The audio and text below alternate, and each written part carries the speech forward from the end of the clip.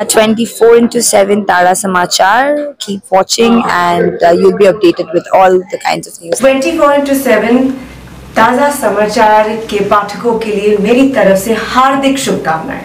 24/7 ताज़ा समाचार समस्त दर्शक के জানাচ্ছি আন্তরিক শুভেচ্ছা। Exclusive jewellery collection DTC London द्वारा best showroom award winner RR Agarwal jewellers, Kolkata Jaipur के बाद अब रौरकेला में भी RR अग्रवाल ज्वेलर्स, रिश्ता भरोसे का।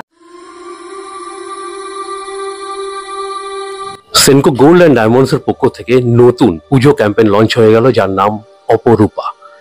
এবং এই অপরূপার মধ্যে যাকে দেখা যাবে, শি ইজ নান আদার দেন আমাদের টলিউডের স্বনামধন্য অ্যাক্ট্রেস ঈশা সাহা। ঈশা আমাদের ডেসক্রাইব করবে যে ও কিভাবে পার্টিসিপেট করছে এই অপরূপার মধ্যে, আমরা জেনে নেব। Isha, first of all welcome to our channel. Thank you. Isha, tell us something about this campaign like অপরূপা।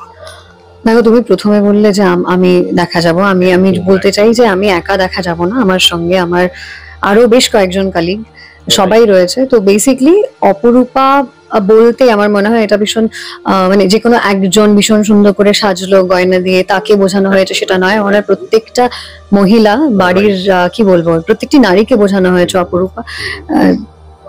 সব দিক থেকে তো মানে আমি বলছি জুয়েলারি না পরলেও আমাদের মন কিন্তু অপরূপাই, মানে আমাদের বাইরেটা দেখতে সুন্দর লাগতে হবে, অপরূপা হতে হবে।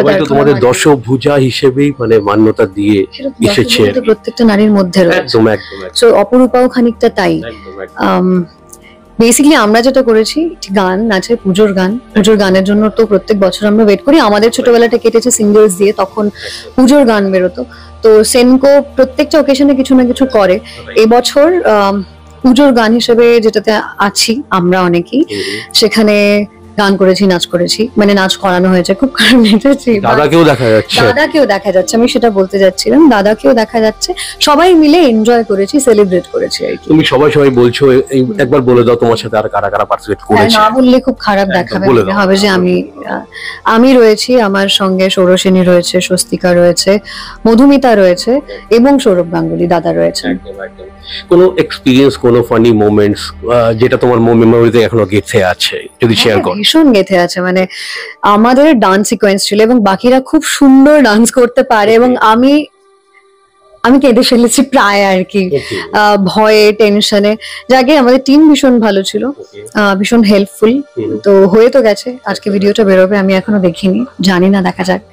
আর একটা কথা বলবো যে সেনকো গোল্ড অ্যান্ড ডায়মন্ডস মানে সবসময় মনে করে যে মানে তাদের গয়না পরলে নারীরা অপরূপা হয়ে ওঠে। আরো ওদের জুয়েলারি নিয়ে কি বলবে? আমি ওদের সঙ্গে বেশ কয়েক বছর, ওদের তো ফেস হয়েছিল, মানে অনেকদিন ধরেই হয়ে গেল, অনেকগুলো বছর। তো আমি ভীষণ নন জুয়েলারি পার্সন, কিন্তু সেনকো যখনই আমার কিছু হয়, যখনই কোথাও আমায় যেতে হয়, কোনো ইভেন্টে যেতে হয়, আমার কিন্তু সেনকোকে ফোন করলে আমার পছন্দ মতন জুয়েলারি চলে যায়। তো আমার মতন মানুষ যারা খুব একটা পছন্দ করতো না, তারা কিন্তু সেনকোর সঙ্গে থেকে থেকে এই জুয়েলারি গুলোকে এক্সপ্লোর করে করে জুয়েলারি পড়ছে এখন। আমি নিজে থেকে যেতে ফোন করে বলি আমার এটা লাগবে, ওটা লাগবে। সো আর কি বলবো, আমার স্পেশাল আমার লাইট ওয়েট ভালো লাগে, ওরা সেটা জানে। যদিও ওরা আমাকে খুবই মানে গোল্ড ভারী জিনিস পরিয়েছে, সেটা অপরূপার লুক। আমার ভালো লাগে সব রকমই। দেখো, কিন্তু তো হচ্ছে না আমাকে, সেনকো আমাকে সব রকম পড়ার সুযোগ দিচ্ছে। হ্যাঁ, তো সব রকমই পড়তে পারছি। আর জয়িতা যদিও বহুবার বলেছে তোমার কি চাই তুমি বলো, তুমি এসে পছন্দ করে নিয়ে নিও। সেই সময়টা এখনো করে উঠতে পারিনি, হোপফুলি আমি খুব কাছে আসবো।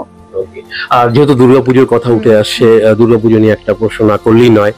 যদি দুর্গা ঠাকুর তোমাকে কোনো বর দেয়, কি চাইবে? বর চাইবো।